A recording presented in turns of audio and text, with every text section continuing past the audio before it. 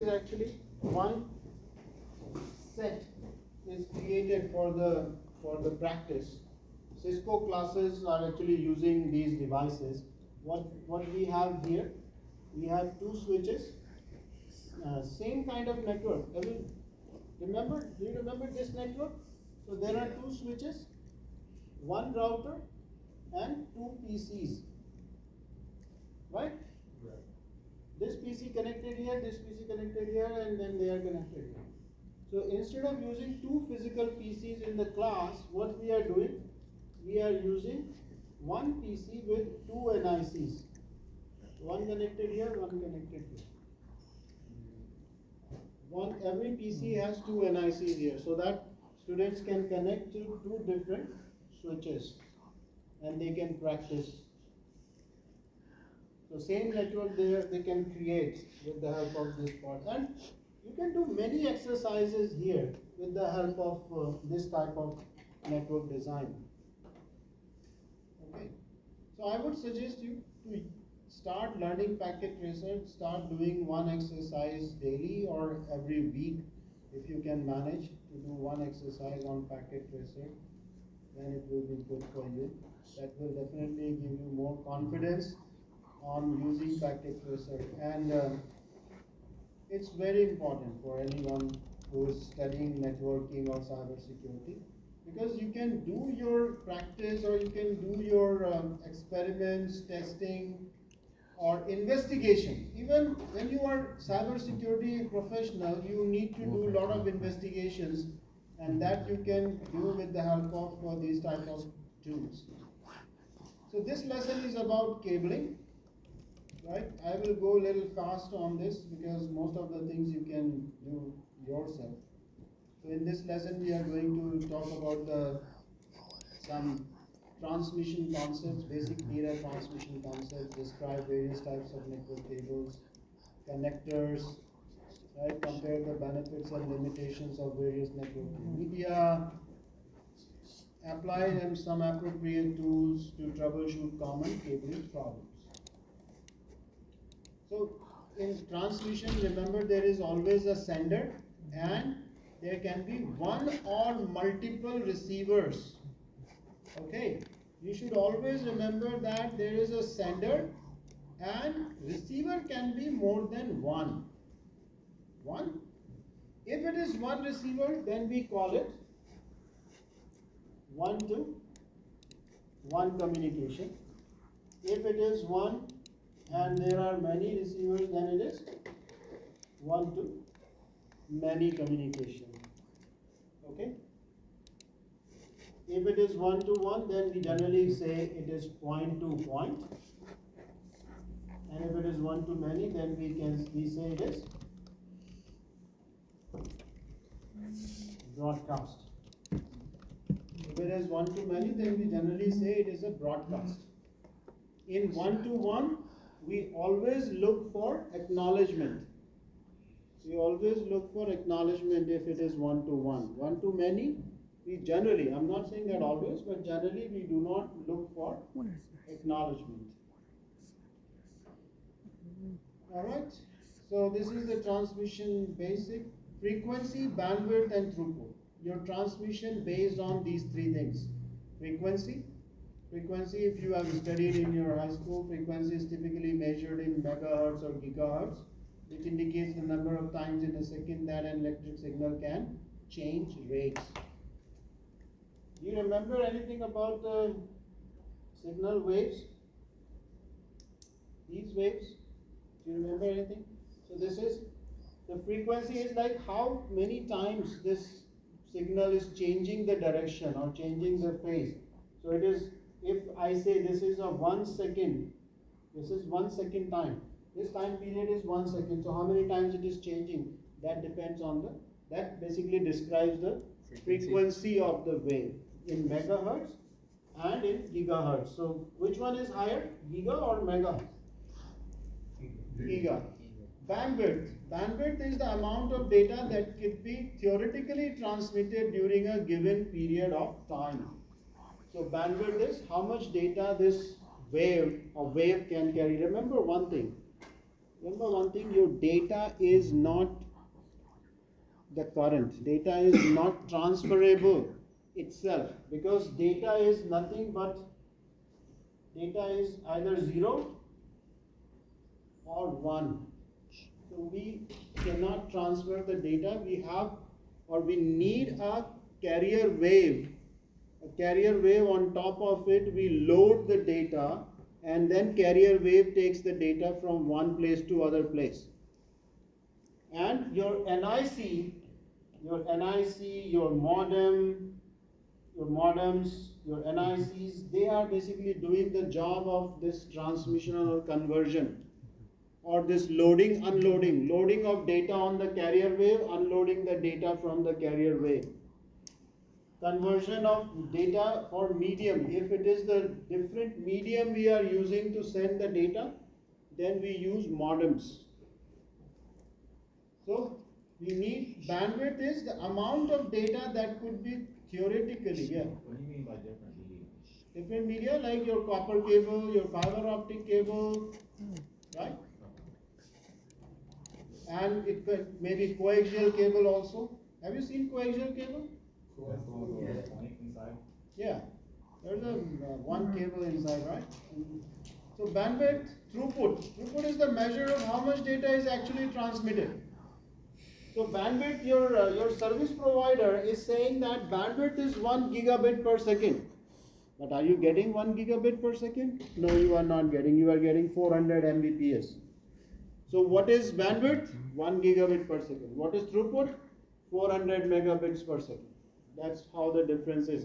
Now, why there is a difference in bandwidth and throughput? Any idea? Why there is a difference between bandwidth and throughput? Probably some device has like a limited bandwidth. So the bandwidth is probably the highest you can get anywhere. And then like if your switch can only do 400. Okay. There are many reasons for that. One is the network is splitted, which is distributed among multiple users in the area. So if no one is using at a particular time, then you may be getting 1 gigabit per second. But if it is used by hundreds of users, then that 1 gigabit per second is distributed among multiple users. Plus, there is always a loss, signal loss in the transmission. When the data is being transmitted, there is always a signal loss. So because of that signal loss also, we have less throughput. New technologies such as modulation, sending data over an analog signal, and encoding, converting data into digital signal for transmission. So these are the two different technologies which we are using. Modulation is used by modems. When you use modem, M-O, modem is actually made up of two words.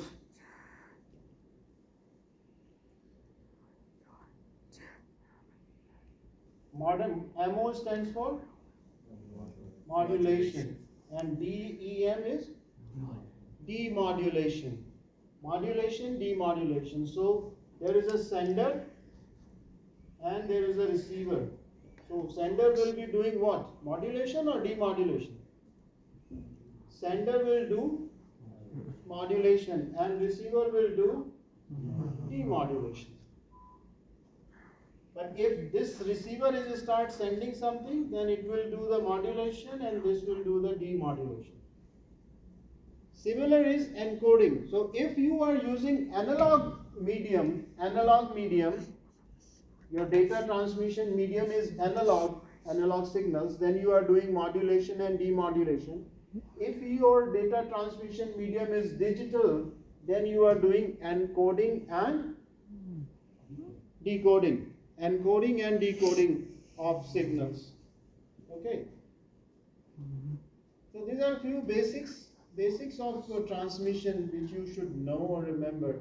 Some transmission flaws means what kind of losses or what are the reasons because of that we may have losses in between. So these are some reasons. EMI is the most I would say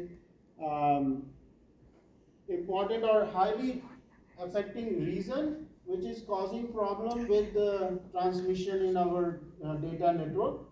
EMI is electromagnetic interference, because in most of the places, data lines and the electric transmission lines are intersecting each other, or they are running together or running very close. So that could be the reason of data loss. Crosstalk. Crosstalk occurs when signal on one wire infringes on adjacent wire signal. So two wires are running close to each other, and their signal, because everything is signal, everything is wave, so they can intersect each other's or interfere the communication in each other. So alien crosstalk, near crosstalk, far end. Why does it matter whether it's the near end or the far end? What is that? I said, why does it matter whether it's the near or the far end of the cable? Okay, so far end crosstalk occurs at the far end of the cable, and near end crosstalk occurs at the near source. See, um, how can I explain a good example? I'll get back to that. When I get some example, then I'll explain it better. So these are basically just two cables. If it is closer to very close resources, then you have something like attenuation or repeater, latency. Latency is very important reason. Because of this, lot of issues are happening. Attenuation is the loss of signal strength as it travels away from. So in order to avoid the problems of attenuation, what we use repeaters. Because if your waves cannot travel for a long distance, so after a certain distance we use repeaters to increase the signal strength, and it is used in all the internet transmission, all the internet communication. You must have seen those. Why we use those woofers or other frequency increasing devices in the music system? Or if you are going to transmit your voice for a very long distance, then you need to use those type of repeaters in the voice communication also. Latency is a delay between the signal transmission. So in order to improve the latency, what we can do, if you want to improve the latency problem, what we can do, because latency is when we are transmitting the data from one place to other place, it is taking some time. So what we can do to improve the latency? So data is located in, let's say, San Jose, and you are sitting in Atlanta trying to access the data from there. Every time your blackboard data is sitting in San Jose, let's say. Every time you are trying to access the data, you are doing a back and forth communication from San Jose. So instead of doing that, what the companies can do, companies can set up a small data center here in Atlanta. Not the same scale data center, but a small one. It works like a cache or cache for your data. Or frequently used data can be stored here. Frequently used data can be stored here, whereas rest of the data is right there. So what you can do is, you are basically, for most frequently used data, you are using this side, but for some other data you are using this side. For example, you are working on chapter 5. So chapter 5 is here, whereas chapter 1, chapter 2, 3 here. Chapter 4 is also here. But 6, 7 are there. Because you are not working on chapter 6, 7. You are not working on chapter 1, 2, 3. But because 4 is the last chapter where you might go. So chapter 4 and 5 are here, whereas rest of the chapters are there. So latency can be improved by introducing some duplicate data in the network. And not only that, you can also create faster networks to improve the latency. And latency plays an important role in data transmission. When you are creating a site, let's say you are creating a site and you are sitting at DC1 in the west coast and DC2 in the east coast. and you are duplicating your data here, data duplicacy. You are duplicating your data from this center to this center and this center to this center, vice versa. You are duplicating. The latency has to be minimum or zero. So you need to use a very high speed transmission line for that. And obviously length of the cable affects the latency. So after calculating or after doing some analysis, you found that I cannot maintain good latency or zero latency between the west coast and the east coast. So you may think about creating a third site somewhere, let's say in Carolina, somewhere in Raleigh or in Charlotte. So DC3, because this is closer distance. There you can reduce the latency to zero. So instead of using California for zero latency, you are using Carolina for zero latency, and this may be used for 5 minute latency. You introduce that 5 minute latency intentionally, and these all things are basically the part of disaster recovery. If you are planning for any data disaster recovery, then you are doing all these types of plannings in your design. So that you will study if you ever go for any data center type of technology. RTT stands for round trip time. You can understand very easily round trip time. So how much time your data, because there is a sender and receiver. So sender is sending the data and receiver is sending what? Is the receiver sending something back to the sender?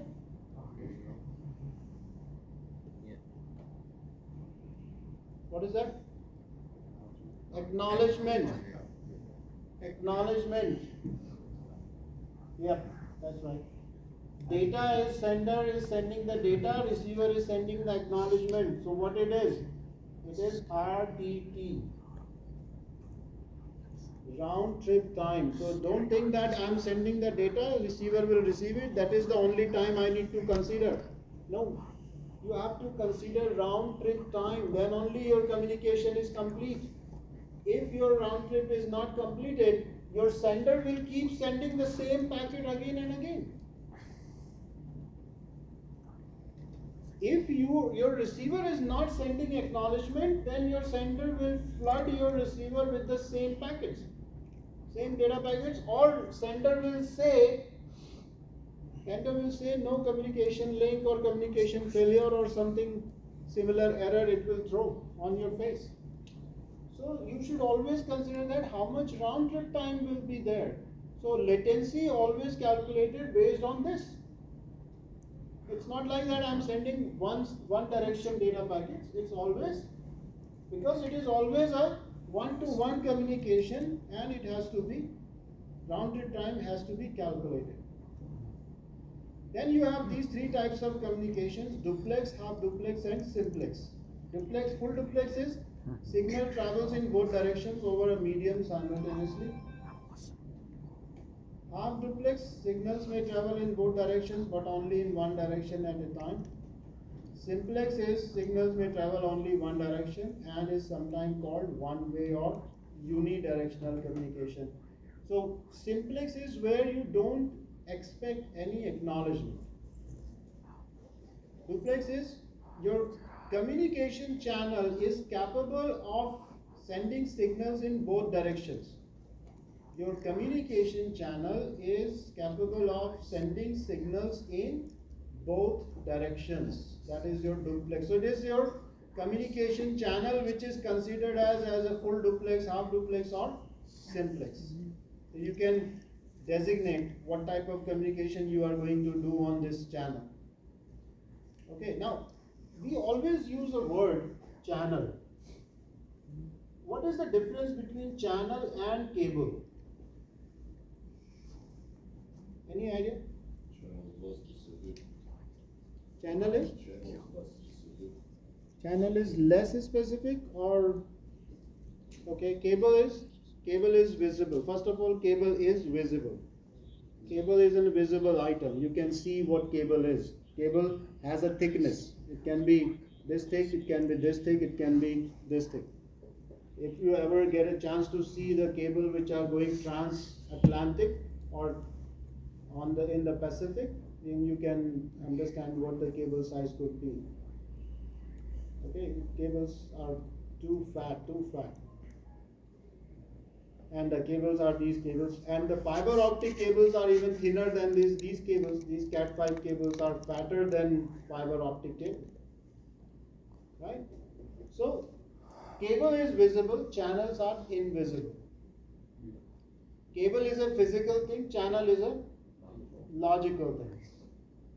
In one cable we can have multiple channels at the same time. It is something similar. How many connections you have in your TV at home? How many dish or satellite connections you have in your TV? Just one. But how many programs you can watch? Multiple or hundreds, right? What is that? Channel. Those all are channels. So just imagine how it is different. One cable can give you multiple channels. Same is true with the network communication also. So when I'm saying full duplex, it doesn't mean that one cable is full duplex, means it can have one communication in this way. There can be multiple channels in the same cable which is having communication in both the directions, or in one direction, or in semi direction, or half duplex. Okay, so these are, you can actually designate or you can configure your network into a duplex, half duplex, or simplex channel. And these days all the cables are supporting all three types: coaxial cable and twin axial cable. So just read about these coaxial and twin axial. We rarely see these cables now in any form, right? Neither on TV nor on any computer networks. This is a picture of coaxial and twin X cable. Twisted pair cable. This is the most used cable we have. The twisted pair cable. We use it in fast Ethernet or in gigabit Ethernet. Okay, and these are the categories. Mostly we are using Cat 6 and onwards.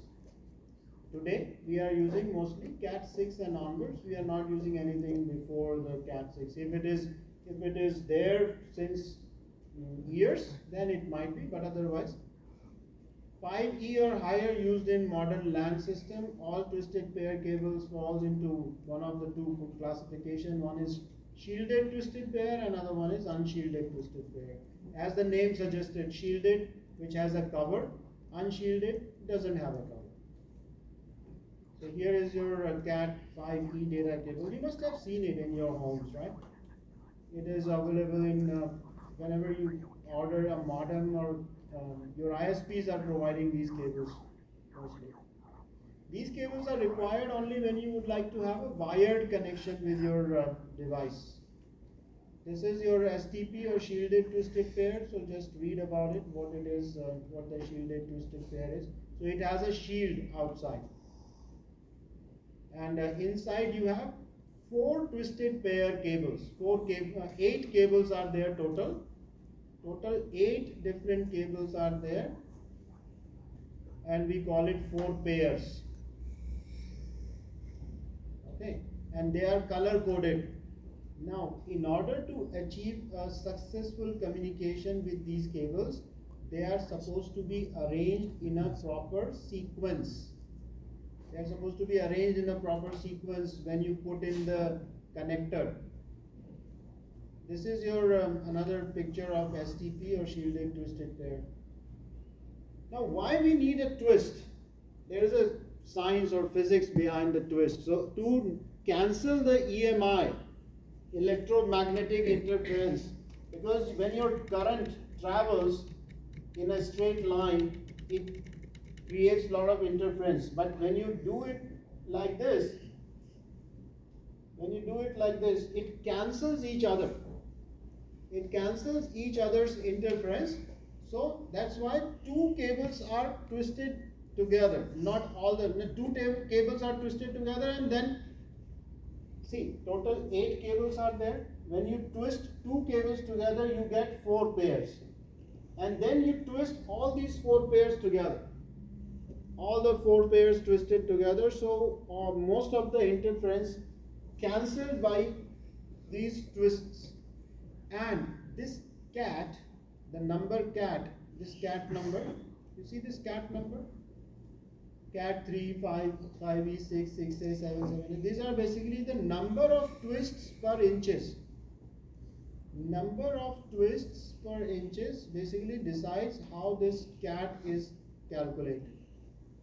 Then you have UTP or unshielded twisted pair, which is basically doesn't have the proper coating or cover on top of it. So UTP cable consists of one or more insulated wire pairs encased in a plastic sheet. So not a properly protected, does not contain additional shielding. They both use RJ45, so you don't need to think that UTP and STP uses different types of connectors. This is the comparison of STP and UTP. Now cable pinouts. So you need to use two methods of connecting your wires into RJ45. These are the two different standards. And here is the pinout sequence, if you can see it properly. So the color, if you read, so in the different types of schemes, we have a sequence of colors. So you have to arrange your cables in these sequence so that you can connect it in your RJ45. Okay? Wait, sorry. Does it already come like that, or you have to match? No, you have to arrange them. So it comes like white, green, green. This is how it looks, means it goes into the connector, but how it arranges by default, let me see if I have any picture of it here. This is how it is arranged by default, but you have to untwist them. You have to untwist the cable, and then you have to arrange these cables in this sequence for this coding and for this coding. What is the sequence? White, green, green, white, orange, then blue, white, blue, orange, white, brown, brown. In this case, there is a slight change here and here. That's the change. Wait, so how do you actually change the order? Oh, it's a cable. It's a cable. So it's a different cable for each. Obviously, can you see this? Can you see this? These all are cables. These all are thin, very thin, fine cables. You just arrange them in a sequence. Let me see if I have a cable here. Yeah, obviously, you have to cut this. See, listen. You can watch that video online, how to, but you have to, first of all, you have to cut this upper jacket, and you just need to remove this shield. Look at this picture here. You cut the black jacket, and then you have a silver foil kind of a thing. There is a very threaded mesh also there on top of it. Then is silver foil, and then you have all these cables. After that, you have to arrange these cables separately. These cables are again further protected. In STP, these cables are further protected. You have to remove that sheath, and then you uncover all of them, straighten them, and then just move your cables so that they will get arranged in this sequence. I'll show you, don't worry. You will get the idea, or you can watch some video online to set this. We did it many times. It's not that difficult. The only thing is you need to cut at least this much of length, or uncover or expose this much of length of all the cables. Then only you can move them up and down. Okay, so it is something like you have 4 fingers. If I ask you to arrange it this way, so how do you do that with the cables to arrange them this way? Alright. Okay, cable pinouts. So And you have to put your, this is your connector, this is your RJ45 connector. So the cables goes into your RJ45 connector, and this is the end where your cables should be connected. So it goes from this side,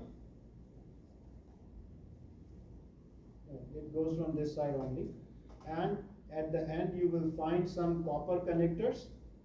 You can always look at the cable here, these connectors here. Here you can see these connectors. There is a copper connector at the end, and the other end of the cable should see those copper connectors, or should be touching those copper connectors.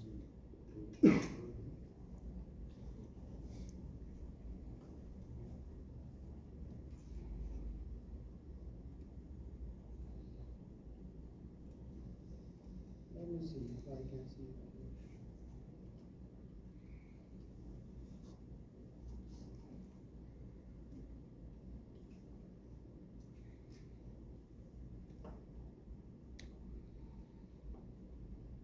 It's hard to believe that this home behind me has more than 100 solar panels on the roof, but it does, and we... For years and years, I've been putting RJ45 plug again from scratch, wasting a plug which can't be used again and making the cable shorter and shorter with each failure. Well, now there's a better way using a slightly different type of RJ45 plug and a different crimping tool. You will need a drum of Ethernet cable, probably either Cat5e, Cat6, or possibly even Cat6a. It will depend on your use case, but we won't get into the differences in this video. RJ45 plugs, make sure... Remember that in normal circumstances, we all are using UTP. We are not using STP. STP is used in an industrial environment. Or you buy pass-through plugs, sometimes called snap plugs, and optionally the string relief boots, which help stop the little clip lever from snapping off. An RJ45 crimping tool, it must be one with a blade for snap plugs. A pair of snips and one of these mini wire stripper and punch down tools is useful to own, and will also be useful if you want to wire up any wall sockets as well. And finally, a cable tester. This is essential to verify the cable and all 8 connections are correct and working before you go to use it in your network setup. I've left affiliate links in the video description for all these items. So take your wire cutters and cut however much cable you need for the cable run you're working on, being sure to leave a generous amount of excess, partly because a few centimeters will get chopped from either end, and because it's always better to have a little bit of excess rather than realize the cable's too short. Some crimping tools also include a cutter and a stripper, although I tend to use my own separate wire cutters and strippers, but it's up to you. If you're going to be putting strain relief boots on, slide one on now before you proceed to start putting the end on. Network cable consists of 4 twisted pairs, so 8 wires in total. Cat6 cable usually also has a loose plastic cord running down the center to reduce crosstalk between those 4 twisted pairs. Each pair is color-coded, with one of the pair being a solid color and the other is a tribute act to an American rock duo from Detroit. Strip off about a 3 centimeter length of the outer jacket, being careful not to damage the conductors inside. Snip off the plastic crosstalk separator and the ripcord thread that both run along inside the cable. Then untwist all 4 pairs of wires and pinch each wire tightly between your thumb and forefinger and run along like this to straighten them out as best you can. Next, it's time to arrange the 8 wires in the correct order so that we can feed them into the plug. I keep this little printout in my tub of connectors, or you can just Google RJ45 wiring diagram. There are 2 main standards, T568A and T568B. The only difference is the greens and the oranges trade places. The key importance is that the wire... So you should use one standard. You cannot do, okay, for some cables you are using one standard and for some other cables you are using other standard. You should use same standard for all the cables. Wiring is the same on both ends of the cable, so... Same on both the ends. There are always 2 ends of the cable, so it should be same on both ends. If you're just making a length of cable for yourself at home and terminating both ends with an RJ45 plug, then it really doesn't make any difference as long as you use the same both end. I tend to use T568B because it's the most widely used. So that's orange and white, solid orange, green and white. So this is how you arrange the cables in this proper coding sequence. Solid blue, blue and white, solid green, brown and white, and solid brown. If you're adding cable to an existing setup or replacing a faulty end, then make sure you use whatever standard is already in use at the location to make things easier for yourself and any other engineers who might do work there after you. So arrange them in the right order, and again, run your fingers along to help straighten them out even more so that they sit right and in the correct position. I find it helpful at this point to take my wire cutters and gently grip the cables, but don't snip them just yet, and to bunch the ends right up to each other and double check the colours are still in the correct order. Then, holding the base of the wires firmly with your thumb, snip a short length from the end so that we have a really neat, tight bunch at the end. Next, take an end plug. These pass-through ones, unlike the one I showed you at the start of the video, have open ends, which means you can poke the strands right through, allowing you to double-check the order is definitely correct before you commit and crimp the plug on, and it also guarantees that they all line up correctly and right to the very tip for a perfectly formed cable every time. So once you've got a short length from the end, carefully slide the arranged wires into the plug and allow them to pass through it, hence the name, keeping going until the outer jacket, which is white in this case, is fully inside as far as it will go. Then examine the 8 wires and check again that all 8 are still in the correct order. If you accidentally loosened your grip too soon whilst putting the end on and any cables got in the wrong order, for example, you can of course just slide it off, correct and reinsert, without having to start again, waste a plug and make the cable a bit shorter again. Once you're happy with the end, insert into the crimping tool and squeeze it closed tightly. This will do 2 things. Not only will it crimp the plug, holding the entire cable in place and splicing all 8 contacts into the 8 wires, but the sharp blade on the rear will also trim all the excess off, resulting in a perfect, neat job every time. Okay. You can then slide the strain relief boot up and over the clip. That's how you make your cables. Certainly, sir. Some Ethernet standards for twisted pair cables. These are various standards: 10 base T, 100 base T, 1000 base T, 10G base T, and 40G base T. And it is showing you what is the maximum distance per segment in meters the type of cable supports, what is the physical media required for that standard, and the throughput in terms of Mbps, megabits per second. Now, you notice that somewhere you see this MB, MB and MB. What is the difference between these two? Megabits, megabytes. Right, so this one is, remember that this one is megabits, bits, and this one is byte. So that's a difference. You must remember that. You can't replace your small b with capital B because it's case sensitive. It doesn't matter if I use small b or capital B or uppercase B. It's a big difference. If you are using lower b or upper b, you will be screwed. If you are replacing or using it unintentionally, one or the other. PoE, power over Ethernet. So PoE is an IEEE. IEEE is an agency which is laying down all the foundations or standards, setting up all the standards for the communication over the internet. IEEE is that organization. 802.3 AF, and by the way, IEEE also is an organization where you can get a job. Okay, so if you become so expert, then you may be qualified for a job in IEEE, which specifies a method for supplying electrical power over twisted pair Ethernet connections. The amount of power provided is, so you can read. Basically, power over Ethernet, everything is running with the help of power. It is whether it is a small amount of power or huge. So without the power, your cables, your data does not travel. Okay. So power over Ethernet is also required, and that power is provided by all the devices, communication channels used in the transmission. Okay, so when you measure the amount of data coming into your home network, what metric are you identifying? Is it duplex, bandwidth, noise, or throughput? Throughput. Throughput? Yeah. Anyone for bandwidth? All right, let's see. So answer is throughput. Okay. Whatever you are getting at the end, bandwidth is what your ISP promising you. That's a bandwidth, but actually data you are getting is throughput. So question is basically question. So you must read the question and understand what question is trying to ask. What is your final outcome? What is your final outcome? It's not like what is your total capacity. It is not asking for total capacity. It is asking for final outcome.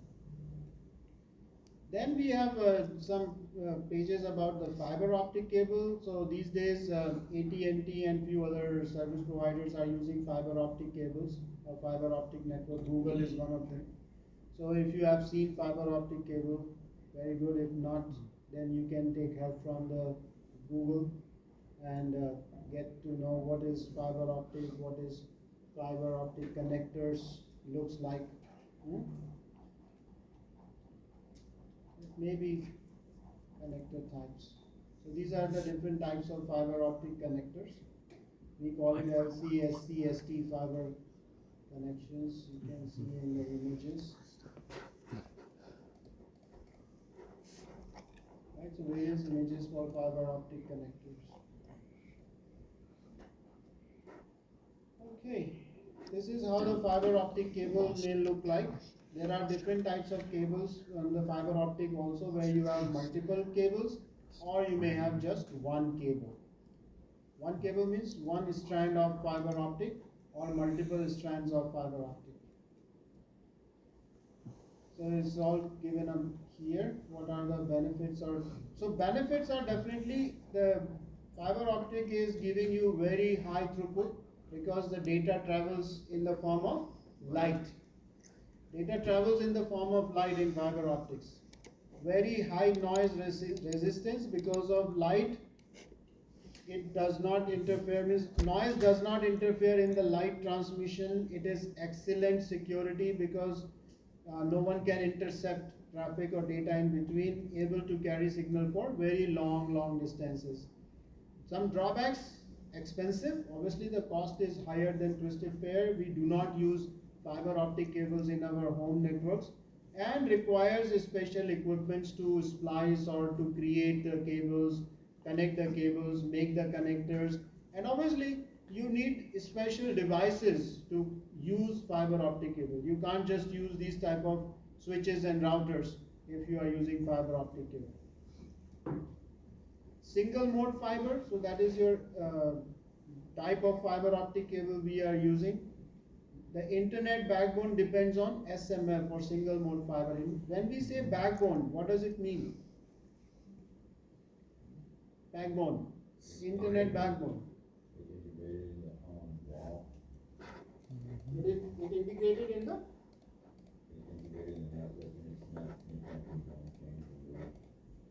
See, when I say backbone, you can also see the map.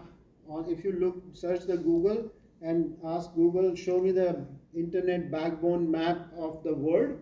So you will see that there is a main internet supply or connection running across the world, connecting all the continents. I'm not saying states or cities.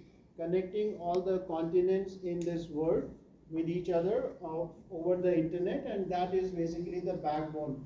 So it is something like you have I-85.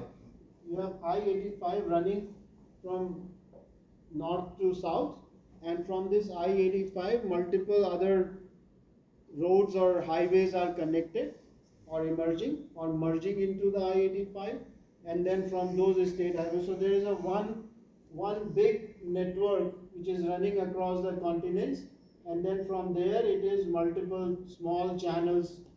Small channels are coming out. So SMF is basically used in backbone. So just look at the network backbone. Multi-mode fiber or MMF, it contains the core with larger diameters than SMF, laser, or these are basically the description about MMF, what MMF does. So some of the most common are 1.25 millimeter connectors in the local connector and 2.5 in the other types of connectors. So these are the different types of fiber optic cables. Then you need fiber transceivers. Obviously, when you are using fiber optic cables, you need a different types of receiving and sending devices. when you are using CAT, hmm, when you are using CAT cables, you are using copper cables. CAT cables are made up of copper, whereas fiber optic cables are using fiber or glass, a special type of glass we use to make the fiber optic cables. So in order to connect those cables, you need a special devices, and those devices, you notice that,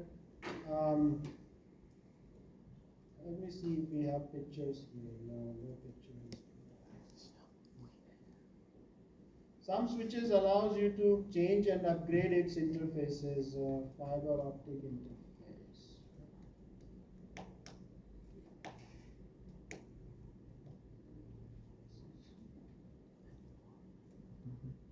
See this, these are the transceivers. So these type of connectors you need.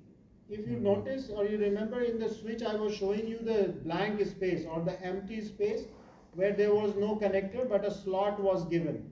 So this transceiver goes into that slot and the fiber optic cable is connected in this transceiver. So that's how those slots are given or provided, but there is no connector or there is no transceiver there that you can put whenever you need to connect your fiber optic cable. So two things are required, obviously. You need this transceiver and you need a cable. You need a cable. Then only you can connect. So something like this or something like this goes into that transceiver to establish the Ethernet is standard for fiber optic cable. So fiber optic cable, see, standard is going to be same whether you are using CAT or fiber optic. It is going to be either 1000 base or 10 base or 10G based or 100G base. It's all. The only difference is here you are using word SX, LX, SR, LR. There you were using, if you remember anything, T. 100 base T. You see that? 100 base T or 10 base T, 100 base T, 1000 base T, T, T, T. So that is for twisted pair because it is twisted pair cable. So 100 base T, 10 base T, 10G base T. And here we have fiber optic, so it is using 1000 base SX, 1000 base LX, 10G SR, 10G LR. So these are different standards for fiber optic cable. What is the standard describes?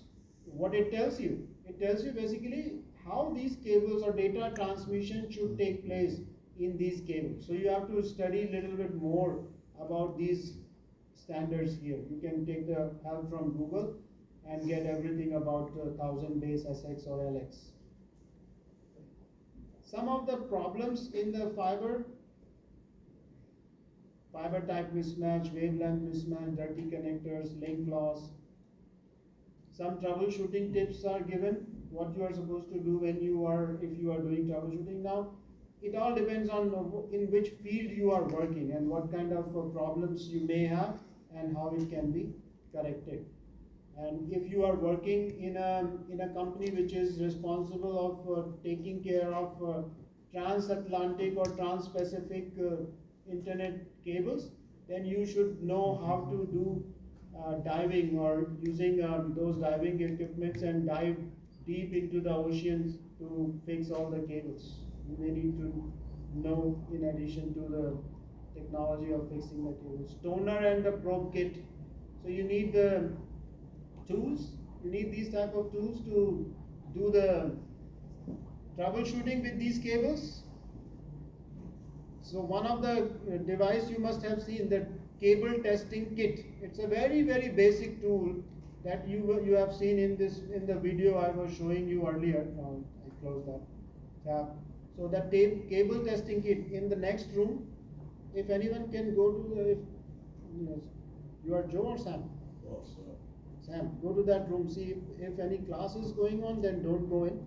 If it is blank, then on the last table, right, there is a table where the server is kept. There is a black bag or box. Bring that black box. If there is no class there.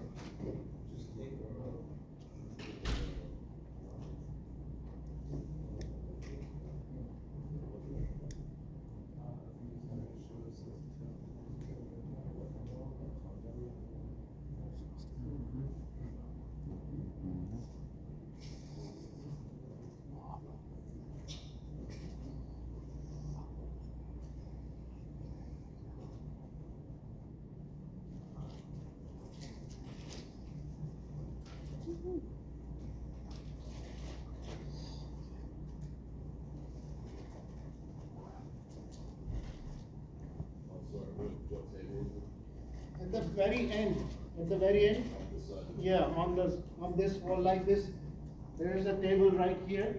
There is a black box on it. Small box, bag or box, you can say bag.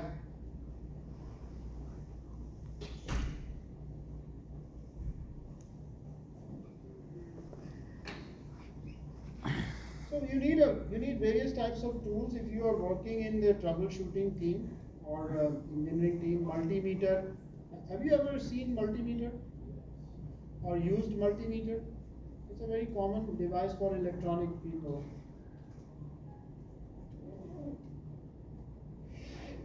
This is your multimeter. Okay. Yeah, it's a very common device. Those who are working on electronic, electronic or electrical components to test the current flow, to test the voltage in the device. Thank you.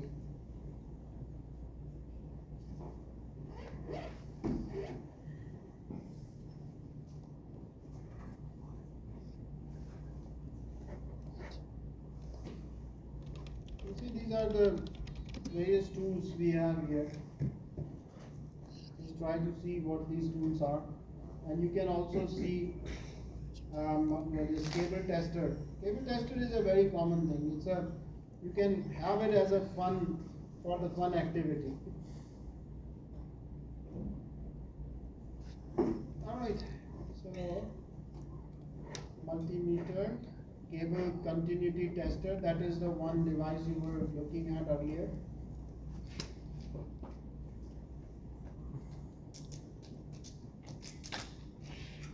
Here it is, this one is the cable continuity tester. It checks whether your cable is created, means you created a cable and if it is working fine. Cable performance tester, so that is basically used to test in some cases your continuity tester also doubled as performance tester, so it can do both the jobs for you. Not only check the connection or the cable health, but also checks the performance of the cable. Then you have this optical power meter, basically used for your fiber optic cables. Alright, that's all about this lesson. Now we still have time. Let's take a break, and then after the break we will do a small activity on packet tracer, and then we'll end the class.